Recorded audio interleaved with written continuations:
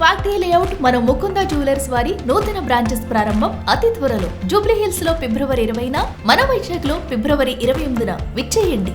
Pan India star కాదు, pan India drama star. అవును, ఇప్పుడు సోషల్ మీడియాలో ప్రభాస్ పై వస్తున్న కామెంట్స్ ఇవే. ఎందుకంటే ది రాజా సబ్ సినిమాతో ప్రభాస్ బాక్స్ ఆఫీస్ స్టామినా ఏంటో తేలిపోయింది.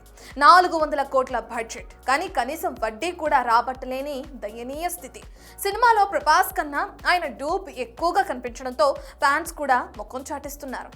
మరి ఇప్పుడు ఈ పరువు పోగొట్టుకున్న ఇమేజ్ని మేనేజ్ చేయడానికి ఫౌజీ సెట్స్లో యాక్సిడెంట్ డ్రామా మొదలైంది. గుర్రం మీద నుంచి పడడం అనేది నిజంగా ప్రమాదమా, లేక నేను డూప్ని వాడటం లేదు అని జనాలను నమ్మించడానికి పిఆర్ టీం ఆడుతున్న మైండ్ గేమా?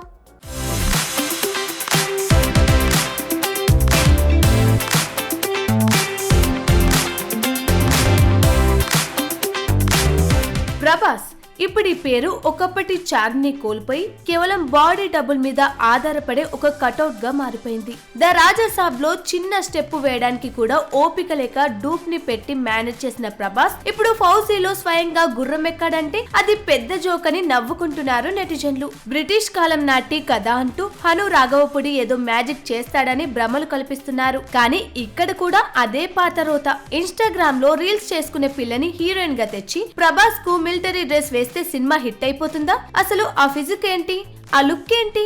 షూటింగ్ లో గుర్రం మీద నుంచి పడి గాయాలయ్యాయని పిఆర్ టీం తెగ లీకులు ఇస్తోంది. కానీ రాజాసాబ్ లో నడవడానికే ఆయాసపడిన ప్రభాస్ ఇప్పుడు గుర్రం ఎక్కడా నమ్మమంటారా అంటూ కడిగి పారేస్తున్నారు యాంటీ ఫ్యాన్స్. ఇది కేవలం బాడీ డబుల్ వాడకాన్ని సమర్థించుకోవడానికి ముందే ప్లాన్ చేసిన సింపతి స్ట్రాటజీ అని సోషల్ మీడియాలో ట్రోల్స్ కి పని పెట్టారు నెటిజన్లు. నిజానికి ప్రభాస్ తన బాడీ డబుల్ వాడకాన్ని సమర్థించుకోవడానికి ఈ యాక్సిడెంట్ డ్రామా ఆడుతున్నారనేది యాంటీ ఫ్యాన్స్ వర్షన్. గుర్రం మీద నుంచి పడితేనే కదా అందుకే డూప్ ని వాడాను అని చెప్పుకోవడానికి ఛాన్స్ ఉంటుందని వారు ట్వీట్లు చేస్తున్నారు.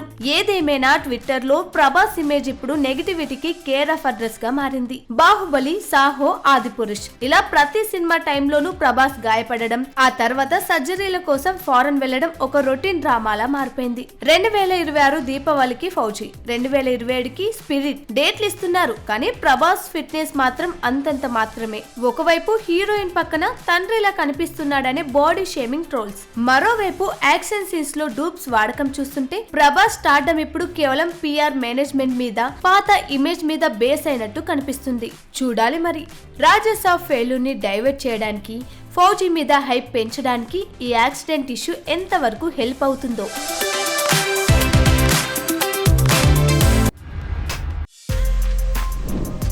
For more videos like this, subscribe Big TV channel.